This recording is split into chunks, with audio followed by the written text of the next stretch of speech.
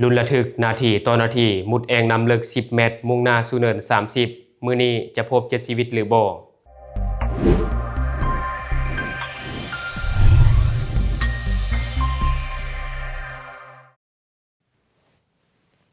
สวัสดีท่านผู้ชมยินดีต้อนรับเข้าสู่รายการ Talk the News และข่าวที่ข้าพเจ้าอยากจะนำเสนอในมื้อนี้ก็จะมาอัปเดตความคืบหน้าล่าสุดในวันที่25พฤษภาคม2026ก็คือมื้อนี้ต่อกับภารกิจค้นหา7ชีวิตที่ติดอยู่ถ้ำเมืองลองแจ้งแขวงไสสมบูรณ์ซึ่งมื้อนี้ได้ก้าวสู่วันที่6แล้วของการค้นหา7ชีวิตที่ติดอยู่ในถ้ำซึ่งทางครอบครัวก็ยังคงนั่งรอท่าอยู่ปากถ้ำเพื่อรอปาฏิหาริย์ในเวลานี้ทีมงานกู้ภัยของไทยก็ได้ให้การช่วยเหลืออย่างเต็มกำลังถึงแม้ว่าจะต้องเผชิญกับความยุ่งยากลำบากจากฝนตกหนักในช่วงกลางคืนก็ตามรายงานข่าวล่าสุดแจ้งว่าทางสมาคมกู้ภัยลาวได้ยื่นหนังสือเสนอเพื่อเชิญทีมนักดำน้ำถ้ำระดับโลกผู้ที่มีประสบการณ์จากภารกิจกู้ภัยทีมเตะบานหมู่ป่าอะคาเดมี่ที่ถ้ำหลวงขุนน้ำนางนอนประเทศไทยเมื่อปี 2018 ให้มาร่วมสมทบทุนในภารกิจครั้งนี้โดยผู้เชี่ยวชาญที่จะเดินทางมาร่วมภารกิจมี2ท่านคือ 1. ท่านนรเชษฐ์พลาสิงห์หรือว่าครูเบนนักดำน้ำและครูฝึกสอนดำน้ำเชี่ยวชาญชาวไทยซึ่งเป็นผู้ที่มีชื่อเสียงและเคยเฮ็ดเวียกร่วมกับทีมดำน้ำถ้ำระดับสากลคนที่2ท่านมิโกปาซีนักดำน้ำถ้ำชาวฟินแลนด์ผู้ที่เคยได้รับเหรียญกาช่วยชีวิตจากประธานาธิบดีฟินแลนด์และเป็นหนึ่งในกำลังสำคัญของภารกิจถ้ำหลวงซึ่งจะมาเป็นคู่หูร่วมงานกับครูเบนนอกจากนี้ยังมีท่านพลาสุโคมาลาดัตหรือว่าครูปอครูฝึกสอนการดำน้ำเทคนิคและดำน้ำถ้ำระดับเชี่ยวชาญที่มีชื่อเสียงในระดับภาคพื้นที่จะคอยให้การสนับสนุนทางไกลโดยเป็นผู้แนะนำและให้คำปรึกษาโดยบ่ได้ลงพื้นที่ตัวจริงและวันนี้เรามาเบิ่งภารกิจในมื้อนี้วันที่25พฤษภาคม2026ล่าสุดเลยท่านผู้ชมปฏิบัติการในมื้อนี้แม่นเน้นการประสานงานแบบรวมหมู่โดยมีท่านเจ้าแขวงเป็นผู้ชี้นำโดยกงซึ่งเวียกงานหลักของทีมกู้ภัยมีดังนี้ทีมกู้ภัยจากประเทศเพื่อนบ้านจะเหตุการณ์ดำน้ำผ่านจุดที่6ที่มีความลึก10 เมตรเพื่อมุ่งหน้าสู่เนิน30ที่เป็นจุดคาดว่าผู้ประสบภัยทั้ง7ท่านติดอยู่นี่คือจุดสำคัญที่หลายคนกำลังรอคอยและลุ้นระทึกหลายคนก็ร่วมส่งกำลังใจให้สุดท้ายนี้นก็ขอให้ปาฏิหาริย์มีจริงและก็ให้ทุกคนปลอดภัยทั้งทีมงานกู้ภัยและก็ประชาชนที่ติดอยู่ภายในถ้ำทุกๆคนและวันนี้เรามาเบิ่งภาพรวมในการปฏิบัติงานนี้นำกันเป็นไงครับไปเถอะไปที่ร้านกระเป๋าน่ะอันนี้แค่ถุงแรกครับถุงแรกต้องเดินทางไปที่ร้านนี่คนหนึ่งนี่ครั้งนี้ภารกิจนี้แม่งพร้อมเหนื่อยมันต้องลากถังลากอุปกรณ์ต่างๆเข้ามาโอเควนไปกันต่อ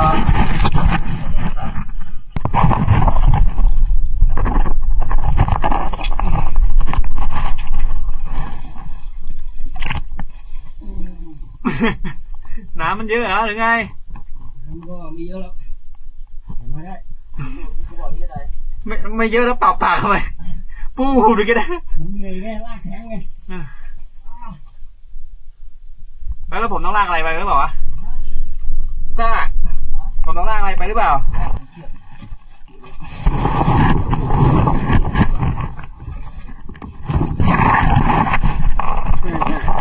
เอาขาเกาะไว้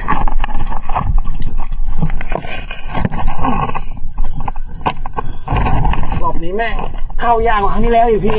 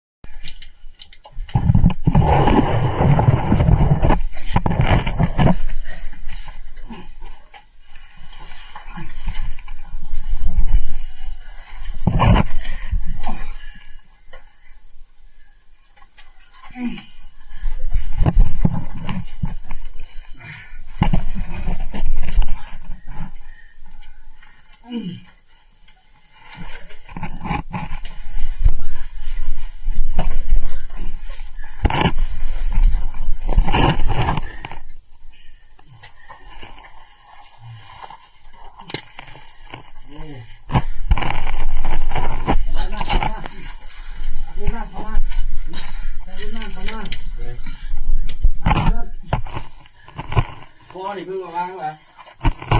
โอ้ยเขาถึงนั่งนะโอ้ย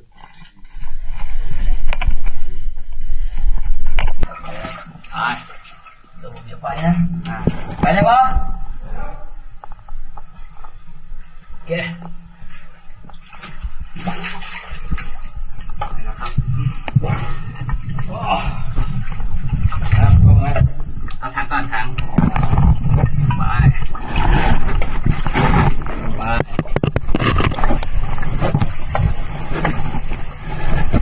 เอาปะ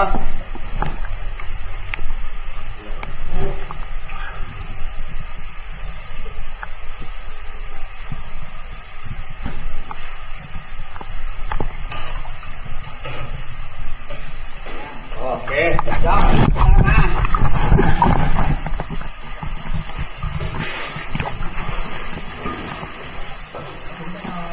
อ๋อเดี๋ยว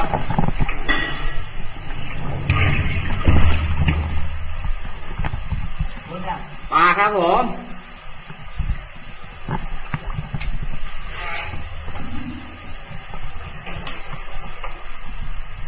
โอเคครับผม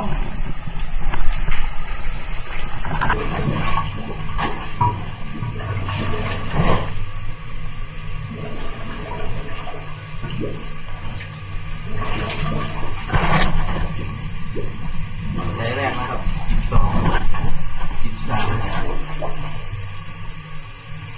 เวลา12มีการทำนาที